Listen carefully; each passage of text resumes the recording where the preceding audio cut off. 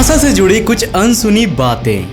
National aeronautics and space administration यानी कि NASA दुनिया की सबसे बड़ी और कामयाब स्पेस एजेंसी है। चांद पर पहली बार इंसानों को भेजने से लेकर सोलर सिस्टम की खाक छानने वाले कई स्पेसक्राफ्ट्स और स्पेस में सबसे दूर जाने वाले मैनमेड ऑब्जेक्ट वॉयेजर 1 से लेकर यूनिवर्स की गहराइयों में झांकने वाले हबल स्पेस टेलीस्कोप तक नासा ने स्पेस एक्सप्लोरेशन की फील्ड में जो अचीव किया है वो सच में अद्भुत है। अगर नासा ना होती तो शायद हम इंसान स्पेस के बारे में इतना कभी भी नहीं जान पाते और क्या पता दुनिया की दूसरी स्पेस एजेंसीज को भी अपनी मोटिवेशन कभी भी नहीं मिलती।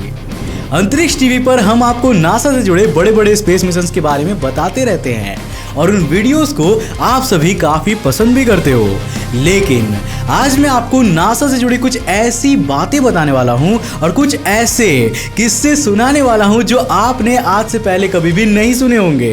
तो अगर आप भी इनके बारे में जानना चाहते हो तो इस वीडियो को बिल्कुल एंड तक जरूर देखना, क्योंकि ये बहुत ही ज्यादा इंटरेस्टिंग होने वाला है। तो हेलो गाइस, मैं कौशिक और चलिए शुरू करते हैं आज के इस नए एपिसोड को। दोस्तों, ऐसा देखा गया है कि जब भी हमें किसी ऐसी नई टेक्नोलॉजी का ट्रायल करना होता है जो इंसानों के द्वारा इस्तेमाल की जाने वाली पहली हो, तो हम उसके लिए इंसानों का नहीं बल्कि उनके डमीज या फिर रोबोट्स का इस्तेमाल करते हैं। 1960 के दशक में नासा ने भी कुछ ऐसा ही किया था, या फिर कहूँ तो ऐसा करने की कोशिश की थी। उस समय नासा अपने अपोलो मून मिशन की तैयारी में जोरों शोरों से लगा हुआ था और वो एस्ट्रोनॉट्स के लिए एक स्पेस सूट डिजाइन कर रहा था। अब जाहिर सी बात है कि जिस स्पेस सूट को मून पर जाने के लिए इस्तेमाल किया जाना था उसका परफेक्ट होना जरूरी था और इसके लिए नासा को उस स्पेस सूट के हर एक पॉइंट का एग्जैक्ट डेटा चाहिए था। वो किसी इंसान का इस्तेमाल तो नहीं कर सकते थे क्योंकि शायद कोई इंसान उनको इतनी परफेक्शन के साथ स्पेस सूट की कमियां नहीं बता पाता। इसीलिए उन्होंने इस काम को करने के लिए एक रोबोट बनाया। शिकागो के इलिनॉय इंस्टीट्यूट ऑफ टेक्नोलॉजी के एक इंजीनियर जो स्लोविक ने नासा के लिए ये रोबोट बनाया था। ये रोबोट बिल्कुल इंसानों की तरह ही कई प्रकार के मूवमेंट्स कर सकता था, लेकिन इसमें एक प्रॉब्लम सामने आई। रोबोट में से ऑयल लीक होता था। तमाम कोशिशों के बाद भी इंजीनियर्स इस प्रॉब्लम को सॉल्व नहीं कर पा रहे थे। ऑयल को लीक होने से रोकने के लिए उन्हें इसके हाइड्रोलिक वाल्व्स को छोटा करने की जरूरत थी और अगर इन्हें छोटा किया जाता था तो ये रोबोट अपनी स्टेबिलिटी को पूरी तरह से खो देता था और इसके अंदर का प्रेशराइज्ड फ्लूइड भी स्टेबल नहीं रह पाता था। उस समय एक स्पेस सूट को बनाने में आज की कीमत के हिसाब से करीब 7.5 लाख अमेरिकन डॉलर्स यानी कि करीब 5 करोड़ 45 लाख रुपए खर्च होते थे और ये खर्च उस समय के हिसाब से बहुत ही ज्यादा होता था। नासा के वैज्ञानिक एक स्पेस सूट को ऑयल जैसे किसी चीज के कारण बर्बाद होता हुआ नहीं देख सकते थे, इसीलिए उन्होंने इस रोबोट का इस्तेमाल ना करने का फैसला किया और उसे मैरीलैंड के national air and space museum को डोनेट कर दिया गया। लेकिन नासा ने कभी भी इसका खुलासा नहीं किया था। कोई नहीं जानता था कि ये रोबोट कहां से आया और इसे किसने और क्यों बनाया था। आखिरकार ये खुलासा किया माइक स्लोविक ने, जो स्लोविक के बेटे थे। उन्होंने बताया कि ये रोबोट उनके पिता ने बनाया था और इसके बाद धीरे धीरे पूरी स्टोरी सामने आ गई जो आज मैं आपको यहाँ बता रहा हूँ। दोस्तों, अगर आपने पीसी या फिर फोन में एडिटिंग की होगी तो शायद आपने किसी फोटो को वीडियो में बदला होगा या फिर फोटो को पीडीएफ में बदला होगा, लेकिन क्या कभी आपने किसी फोटो को म्यूजिक में बदला है? व्हाट? फोटो को म्यूजिक में कैसे बदला जा सकता है भाई? कहीं मैं वो शॉर्ट डांसिंग वीडियोस की बात तो नहीं कर रहा हूँ? जी नहीं, मैं बात कर रहा हूँ हबल स्पेस टेलीस्कोप से ली गई एक फोटो की। इस फोटो में हबल ने एक साथ करीब 1000 गैलेक्सीज की फोटो ली थी और इसीलिए इस फोटो को गैलेक्टिक ट्रेजर चेस्ट भी कहा गया था।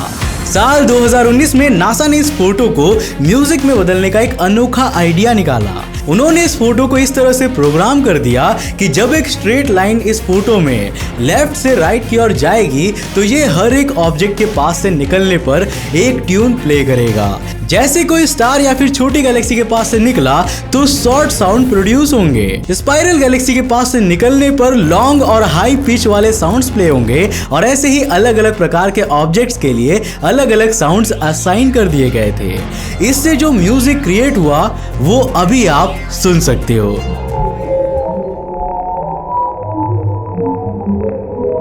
ये सुनने में काफी अजीब और डरावना लग रहा होगा, लेकिन नासा की ये सोच काफी अच्छी और इंटरेस्टिंग थी।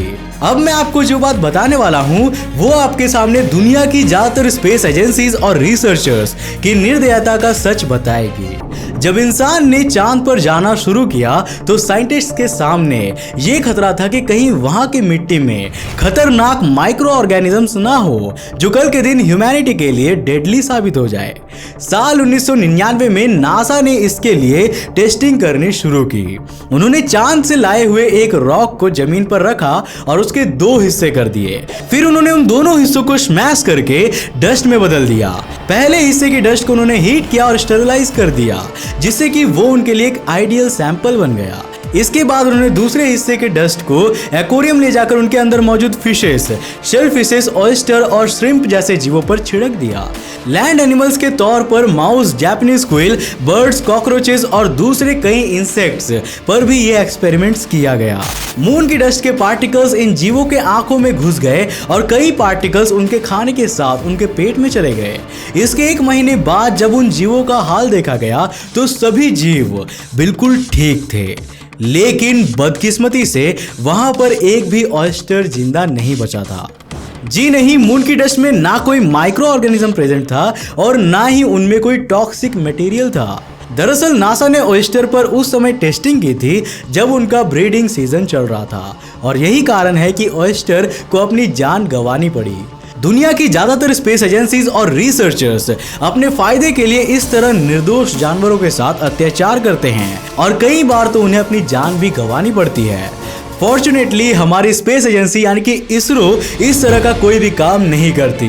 वो जानवरों की जगह टेस्टिंग के लिए रोबोट्स को डिजाइन करके उनका यूज करती है, लेकिन जानवरों को मारना उन्हें स्वीकार नहीं है। वैसे आप इसके बारे में क्या सोचते हैं, हमें नीचे कमेंट करके जरूर बताना।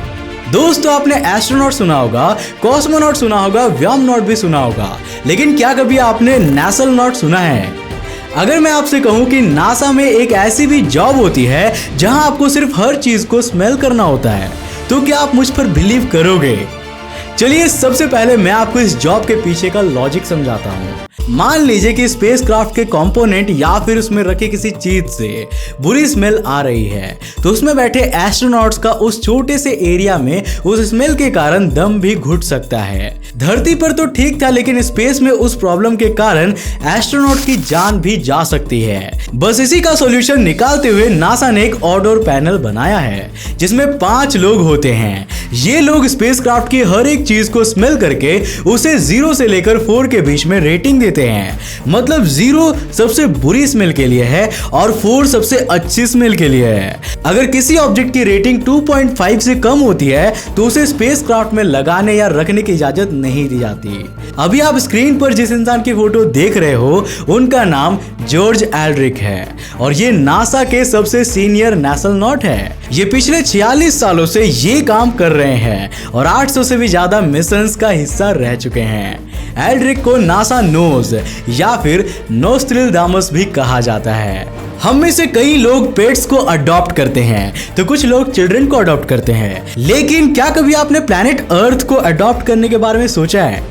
साल 2017 में नासा ने एक ऐसे ही प्रोजेक्ट को शुरू किया था। इस प्रोजेक्ट के तहत उन्होंने धरती के पूरे एरिया को 64,000 हेक्सागॉन्स में डिवाइड कर दिया था। मतलब इसमें लैंड और ओशियन दोनों शामिल थे।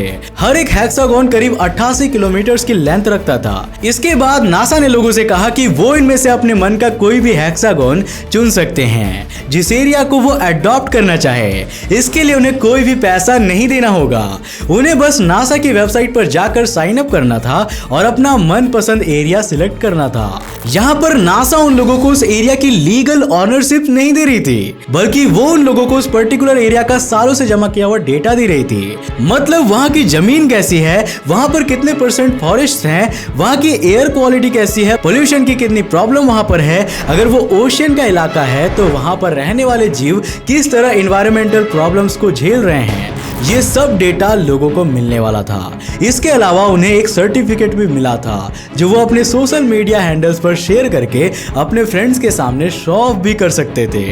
नासा का मोटिव इसके थ्रू एनवायरनमेंट के प्रति सोसाइटी में अवेयरनेस फैलाना था और वो उसमें कुछ हद तक कामयाब भी हुए थे। वैसे आपको नासा का ये आइडिया कैसा लगा, और अगर आपको भी दुनिया का एक हिस्सा अडॉप्ट करने का मौका मिलता तो आप कौन सा हिस्सा चुनते, हमें नीचे कमेंट करके जरूर बताना। दोस्तों उम्मीद है कि आपको आज के इस वीडियो से नासा के बारे में बहुत सारी बातें पता चली होंगी। अगर हाँ तो इस वीडियो को लाइक करना मत भूलना और शेयर करना मत भूलना। दोस्तों क्या आपने हमारे नए चैनल अंतरिक्ष टीवी शॉर्ट्स को जाकर सब्सक्राइब किया? अगर नहीं किया तो जल्दी जाओ भाई, वहां पर आपको डेली वीडियोस मिलते हैं। तो जल्दी से जाकर अंतरिक्ष टीवी शॉर्ट्स को सब्सक्राइब करो और नोटिफिकेशन बेल को ऑन करना मत भूलना। अगर आप नए हो इस चैनल पर दोस्तों इंटरेस्टिंग वीडियोस के लिए चैनल को सब्सक्राइब करने के साथ साथ नोटिफिकेशन बेल को ऑन कर देना ताकि आप देख सको हमारे वीडियो सबसे पहले। तब तक के लिए बाय, जय हिंद।